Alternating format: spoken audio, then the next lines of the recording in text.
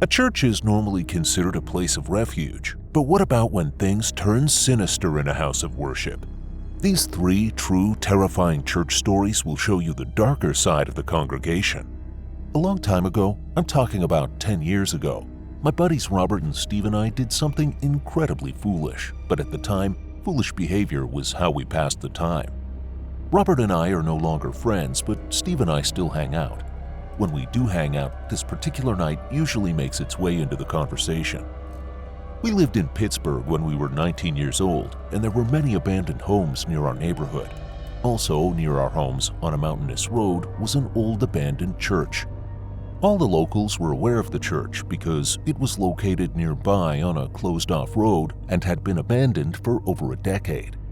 Given that I currently reside in Florida, I'm unsure if it is still standing or what its current condition is. One night, Robert, Steve, and I devised this brilliant scheme to take a Ouija board to the church. Back at the time, we considered ourselves quite the troublemaking thrill seekers. This was in late October, so I imagine this idea was inspired by all the talk about the upcoming Halloween. Steve brought the Ouija board because he said he'd seen one in his parents' closet. I drove the 3 of us, so I picked up Robert first, then Steve, and we simply headed straight to the old church.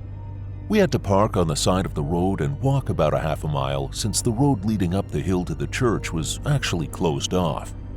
At first, we just used one flashlight to follow the road up the hill to the church so as not to draw too much attention. However, as we reached the top of the hill, all 3 of us turned on our flashlights. The chapel had a dirt parking lot alongside it and was surrounded by woods in almost all directions. The church was covered with graffiti and had been broken into countless times. It took 2 of us to pull open the large front door. Once inside, we naturally checked around with our flashlights to make sure no one else was there. It was definitely unsettling to be in that abandoned building at night. Steve set up the Ouija board and then took out these 3 candles from his backpack, laughing and saying that it would enhance the creepy atmosphere. He arranged the 3 candles in a triangle shape around the board, and after they were all lit, we turned off our flashlights. This made the experience feel much more creepy and scary because we could only see about 6 feet in all directions. We started playing with the Ouija board. Steve was doing all of the talking at this point. I can't recall his exact words, but he undoubtedly began by asking in the cliched way, "Is anyone there?" I believe it is impossible to use a Ouija board with friends without someone moving the planchette, so when it started to move, we all started to giggle. I just knew it was one of them doing it. We all played along with it though. As it was being moved, it spelled out a few phrases. While this was happening, however, we heard a strange cracking sound coming from the church's altar. The only way I can explain it is that it sounded like a large piece of wood breaking in half. It was loud and it seemed to have been caused by someone. We all just froze at first. Then we shined our flashlights toward the altar, but there was no one there. I believe both of them were just as frightened as I was, but the church was so old and run down that some strange noises here and there didn't seem too out of place, so we kept playing. We took turns asking the board questions, but the planchette had stopped moving. I believe the 3 of us were now taking it more seriously after hearing that cracking sound. I think we were also trying to make sure one of us was not moving the planchette.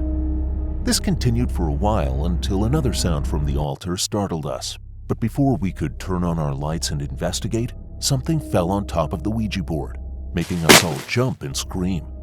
All 3 of us just had our hands on the planchette. There was no way any of us could have done it.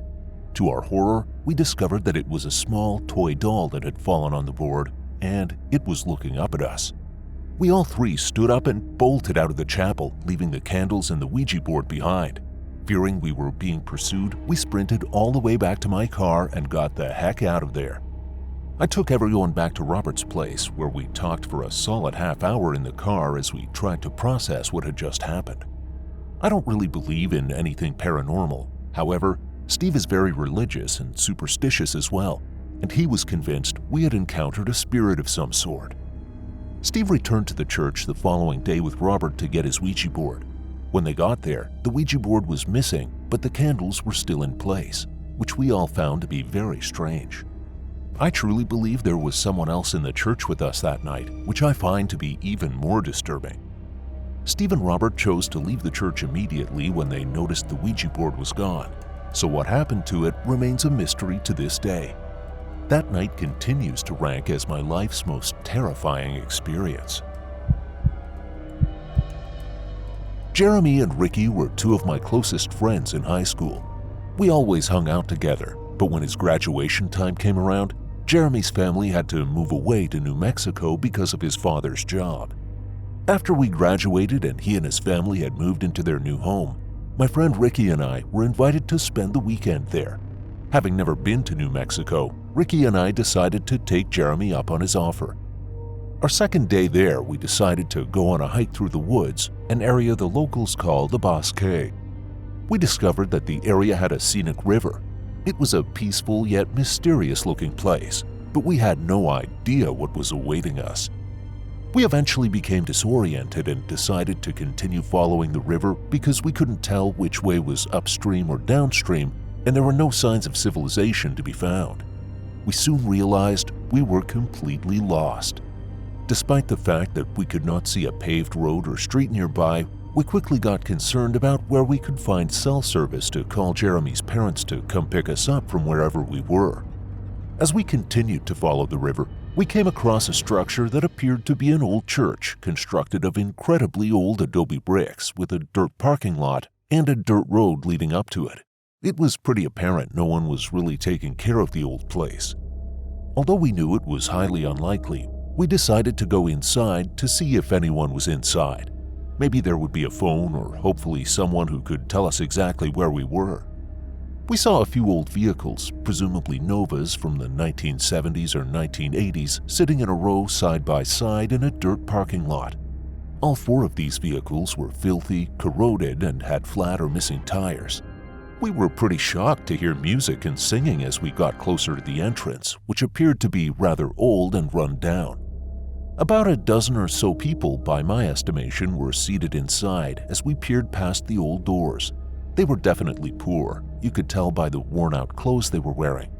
When we entered, the elderly woman with white hair and horn-rimmed glasses who was playing the church piano stopped playing and stared blankly at us. What occurred next really haunted me, and I'll remember it for the rest of my life. Everyone in that church stopped singing, laid down their songbooks, and slowly turned to face us with unfriendly, almost hostile glares. There was complete silence in the church, except the creaking of the wooden pews caused by the weight of the people sitting in them when Jeremy stated, "We're sorry to interrupt, but we just want to use your phone to call my parents to come get us." Feeling the ice-cold stares, we simply backed out of the door carefully, let it close behind us. We stood there for a moment just staring at one another in ominous fear and disbelief and quietly left. We took off down the dirt road. As I glanced back, I noticed about 8 to 10 men standing out in front of the church watching us. This totally freaked us out, so we started running as fast as we could down the road. We ran as fast as we could for about 15 solid minutes until we finally saw an old gas station in the distance. We quickly made our way to the very old, dilapidated gas station that resembled one of those old full-service stations. When we went inside, we noticed that the shelves were quite dusty and mainly empty. An old man with an excessively oily baseball cap was reading a magazine with tattered edges and yellowed pages behind the counter. He looked up and said, "You boys looked lost." We told him we were trying to find our way home. He told us to just head out that way you came in, make a left, follow that road until you see a telephone pole and just go right at the pole down the trail and it'll take you to a highway. We thanked the man and quickly headed out. However, as we neared the telephone pole, we turned around and noticed the old man standing in front of the gas station with his arms folded, simply staring at us, just like the men at the church had done. After approximately a solid half hour of walking in the twilight, it had just grown dark when we reached the pole, turned right, and continued down the trail to the highway. When we reached the highway, we attempted to wave down several drivers, but none of them even slowed down. It was apparent that no one was going to stop. Fortunately, a policeman stopped to help us after spotting us. We identified ourselves and told him how we had gotten lost. When Jeremy told the officer his home address, the officer whistled and said, "Boy, you were beyond lost." The cop drove about 45 minutes before we arrived back at Jeremy's house. During the conversation on the drive back, he warned us to stay clear of those woods because, as he put it, there are some evil witch folks living in there. Before we get to the most sinister church encounter, be sure to subscribe for more terrifying tales like these. When I was a Cub Scout, our meetings would always take place in a Catholic elementary school, either in the gym or in one of the nearby rooms. The incident occurred when I was 9 years old. In order to tell the story, I need to go back 2 days before when I was at Mass with my mom and brother. As usual, we showed up late, so we had to sit in the very back. A few more people came in after we did. They had to stand against the wall in the back as there were no more seats. At some point during the service, I noticed an older man with glasses and a white mustache was standing against the wall to my left and staring at me. My mother and brother had entered the pew before me, so I was sitting on the end closest to him. I smiled as I turned to look at him, and I can still clearly picture his face. I tried my best to look away, but I could see him constantly turning to face me every few seconds. When I turned to face him again, he made another odd grin that, although I guess it was an attempt at humor, it just came across as creepy. This time, my mother saw it and gave him a disapproving look while tapping me on the shoulder and telling me to ignore him. The next time I turned to face that direction, the man had left and was walking in another direction. Going up for communion is the next thing I recall happening at that Mass. When I returned to my seat, the man was back in the same place and was grinning at me again. We left after receiving communion, and my mother mentioned on the way out that she didn't like the way the man was looking at us, particularly me. Now, fast forward 2 days to my Cub Scout meeting. We occasionally had little games or contests to wrap up our meetings, and on this particular occasion, it was a scavenger hunt and all the items we had to search for had something to do with scouting. I remember the list included things like a first aid kit, a rope, a flashlight, and other similar stuff. The team that found the most objects would win, so we were divided into 2 teams and given copies of the list. The play area included the gym, the cafeteria, and some of the nearby rooms. I was frantically searching rooms and narrow hallways that I had never even seen before for any of the items on the list, but I wasn't having much success. Eventually, I found myself in this tiny hallway beside the kitchen in the back of the cafeteria. There was one of those ice cream refrigerators, and it was fully stocked. I searched the refrigerator but couldn't find any of the items, so I decided to steal an ice cream pop instead. As I did, I heard a man's voice. I turned around to see the man from the church who had been making faces at me a few days ago, just grinning. He mumbled something along the lines of, "Are you really going to steal from God?" He slammed the fridge door, grabbed my hand, and said he had better sweets in the back. I struggled to break free of his hold out of sheer terror, but he was much stronger than I was.